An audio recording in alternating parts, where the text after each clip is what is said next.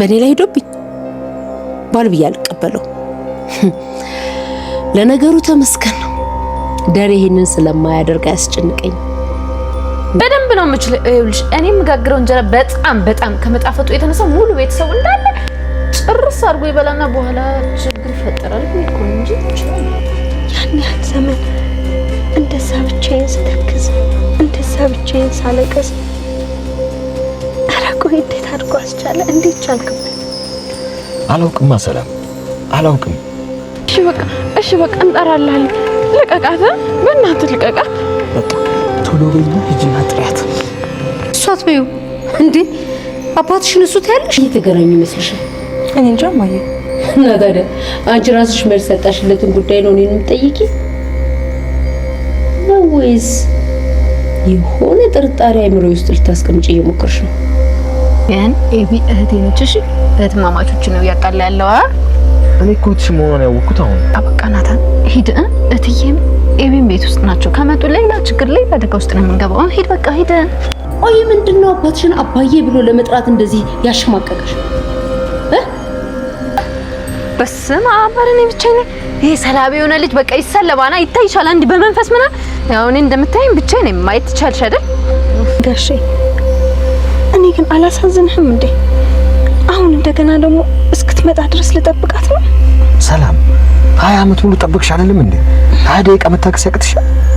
እባክሽ ደረጀ ነገሮች ይቀላሉ ብሎ እንዳስበው አልሆነለትም ማለት ነው። አጣብቂኝ ውስጥ ገብቷል በራሱ ጥፋት ማለት ነው። እንግዲህ ሰላም ከብዙ ውትወታና ከብዙ ጭቅጨቃ በኋላ እንግዲህ ልጇ የት እንዳለች እንድትነግረው ካስጨነቀችው በኋላ ቢያስጠነቅቃትና ወይም ደግሞ መረጋጋት እንዳለባት ደጋግሞ ከነገራት በኋላ ልጇ ማን እንደሆነች ሲነግራት ራሷን መቆጣጠር አቅቷት ነበር ማለት ነው። ራሷንም ስታለች ማለትም ፍጹም ያልጠበቀችውና ያላሰበችው ነገር ነው የተፈጠረው ማለት ነው። በእርግጥ ነገሩ በጣም የሚያሳዝንና የሚያስከፋ ነው። ልጇ ስሯ እያለች ልጇ አለመሆኗ አለማወቋ ራሱ አንጀት የሚበላና የሚያንገበግብ ነው። ራሷን ብትስትና ወይም ደግሞ ከዚህ በላይ ከባድ ችግር ቢደርስባት ምንም የሚያስገርም አይደለም ማለት ነው። ሰላም መጀመሪያውኑ ገና ዳጣን ስታያት ልጇ እንደሆነች በእርግጠኝነት እርግጠኛ ባትሆንም ግን የሚሰማት ስሜትና ከሷ ጋር ስታወራ ስትነካትና ስትጠጋት የሚሰማት የራሱ የሆነ የእናትነት ስሜት እንደነበራት ተናግራለች። ከዚህ በፊትም ስናይ እንደነበረው እንግዲህ ሰላም ለዳጣ የተለየ አመለካከት ነበራት ማለት ነው። ገና ቤት ውስጥ እንደመጣች ጀምሮ ማለት ነው።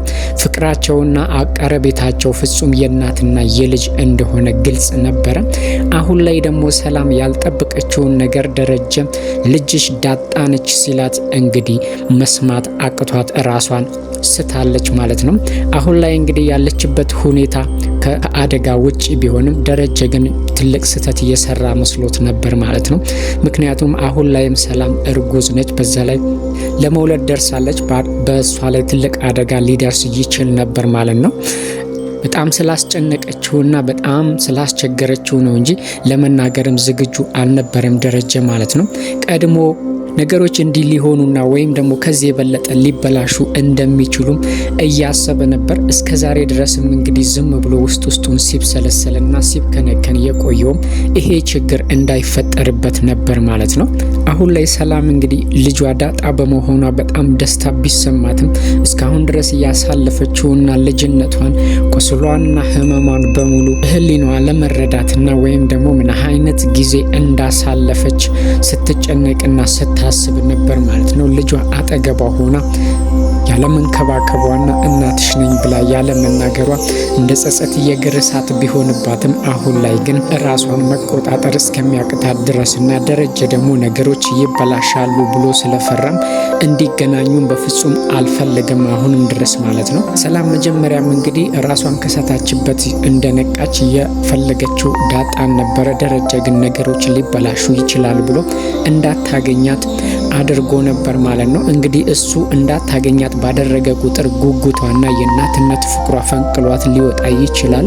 ደጋግሞም እንግዲህ ነገሮችን እንዳታበላሽበትና ቤቱና ትዳሩ የሚወዳቸው እነ አቢጌልና እነ ውሃ ስላሉ ይበስም ደግሞ ማርታን ከምንም በላይ እንደሚወዳትና እንደሚያፈቅራትም ደጋግሞም እየነገራት ነው። ስለ ቤቱ ማንነት ምንነትና ስለ ቤቱ ፍቅርም ካንቺ የበለጠ የሚያውቅ ሰው ማንም የለም። ስለዚህ ፍቅርሽንና እናትነትሽን ደበቅ አድርገሽና ዋጥ አድርገሽ ነገሮች እንዳይበላሹ እንደኔ ጊዜ መጠበቅ አለብሽ። ለሷም እናቷ መሆንሽን የምትናገሪበት ጊዜ እስኪመጣ ድረስ ዋጥ ማድረግ አለብሽ ቢላትም እሷ ግን አሁን ላይ እንግዲህ ምን ማድረግ እንዳለባት ባይገባትም በጣም ግራ በተጋባ ስሜት ውስጥ እያሰበች ያለችው ዳጣ ፊት ለፊት ቆሞ ብቻ ዳጣን ማግኘትና ወይም ማቀፍ ብቻም እንደሆነ ደጋግማ እየነገረችው ነበር ማለት ነው።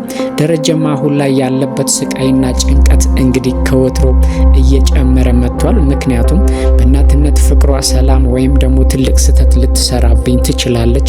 የእሷ ስህተት ደግሞ ልጆቼንና ቤተሰቤን ትዳሬን እስከ መጨረሻው ሊያደፈርስብኝ ይችላል ብሎም እያሰበ ስለሆነ አስተሳሰቡን በእርግጥ ትክክል ነው። እኔ ነኝ ያጠፋሁት፣ ጥፋትም መቀጣት ካለብኝ እኔ ነኝ እንጂ ቤተሰቦቼና ልጆቼ አይደሉም፣ ለኔም ማሰብ አለብሽ ቢላትም እሷ ግን ለ20 ዓመት ሙሉ አምቃና አፍና ልጇን ስትጠብቃት የነበረችው ልጅ እሷ ሳታቅ እስሯ እንደነበረች ስታቅ ምንም ነገር ቢነገራትና ምንም ነገር ቢሏት ሊገባትና ሊሰማት እንደማይችል ግልጽ ነው። በእርግጥ ነገሮችን ላለመበላሸት ቃል ገብታለች። ስሜቷ የእናትነት ስሜቷ እንግዲህ ምን እንደሚያመጣባት ባናቅም ወደፊት፣ አሁን ላይ ግን ደረጀ ደጋግሞ ሰላም ስህተት እንዳትሰራበት እየተማጸናት ነው ያለው ማለት ነው። ሌላው እንግዲህ አቢጌል ነች። አቢጌልን እናቃታለን። አንድን ፍንጭ ካገኘች እንግዲህ ሁሉንም ነገር ልታበላሽባቸው ትችላለች። የደረጀም ፍርሃትና ስጋቱ ከሁሉም በላይ እንግዲህ አቢጌል ነች። አቢጌልም አሁን ላይ እንግዲህ ሰላም ምን ሆና ነው ራሷን የሳተችው፣ ምን አይታ ነው፣ ምን ሰምታ ነው እያለች ነገሮችን እየሰነጠቀች ነው ያለችው ማለት ነው። እንግዲህ እናቷ ማርታንም እየቀሰቀሰችና አይምሯ ውስጥ ትልቅ ችግር ለመጨመር እየጣረች ነው ያለችው። እናቷ ሁል ጊዜም የአቢጌልን ነገር አትቀበላትም። አቢጌል ግን የምትሄድበት መስመር እንግዲህ ራሱን እየሳተና ወይም ደግሞ ትልቅ ችግር ሊያመጣ እንደሚችል ግልጽ ነው። እናትየዋም እያስጠነቀቀቻት ነው ያለችው። ለአባቷም ያላት አስተሳሰብ እንግዲህ ከተቆጣትና ከዚህ በፊት ገሰጻት በኋላ እንግዲህ ለሱ ያላት አስተሳሰብ ተቀይሯል ማለት ነው። አባቴ ብላ ራሱን ለመጥራት እያፈረች ነው ያለችው። እናትየዋም ይሄ ነገር ጥሩ እንዳልሆነና ልክ እንዳልሆነች እየነገረቻት ነው።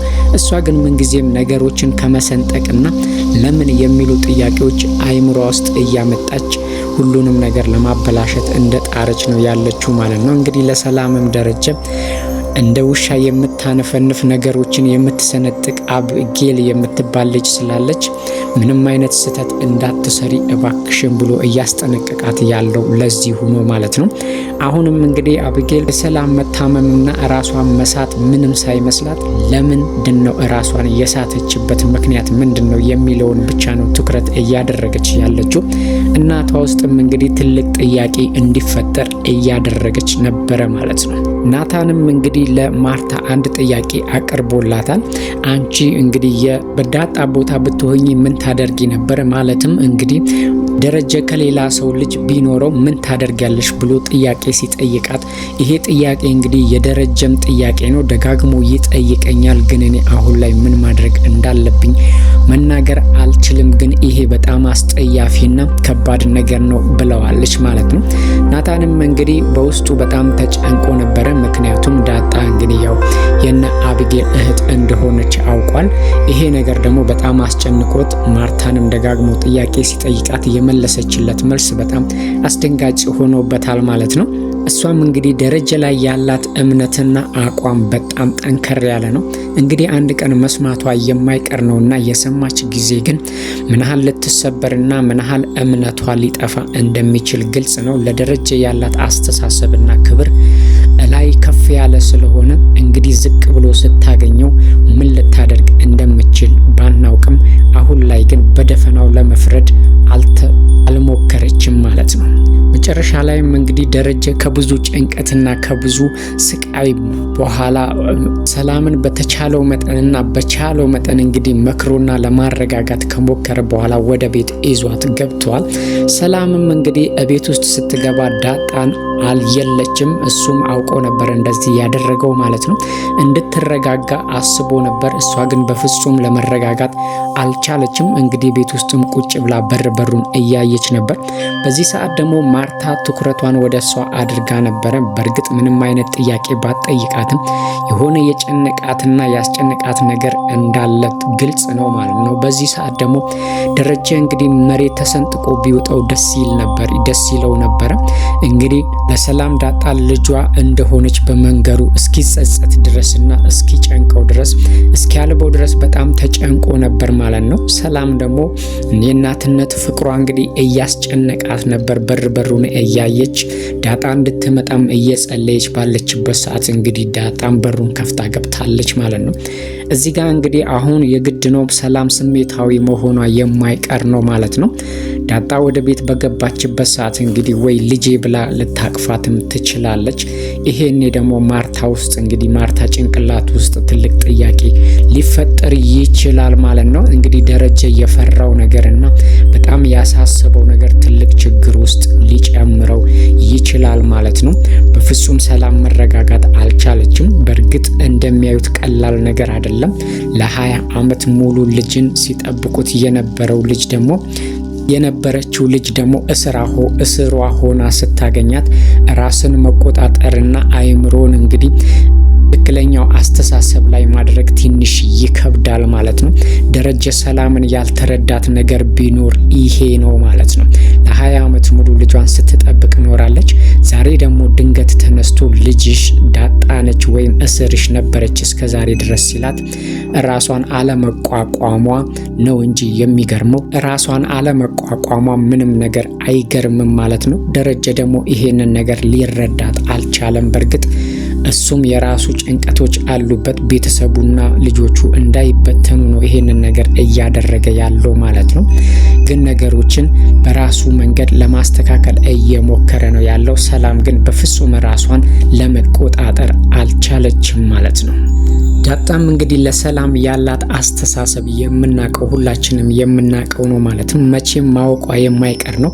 ጊዜው ቢረፍድም አሁን ላይ ግን ሰላም ደግሞ መቼም ቢሆን እንደ በፊቱ አይነት ስሜት ልታሳያት አትችልም። ከዛ የተሻለና ወይም ደግሞ የእናትነት ፍቅር ነው ልታሳያት የምትችለው ማለት ነው።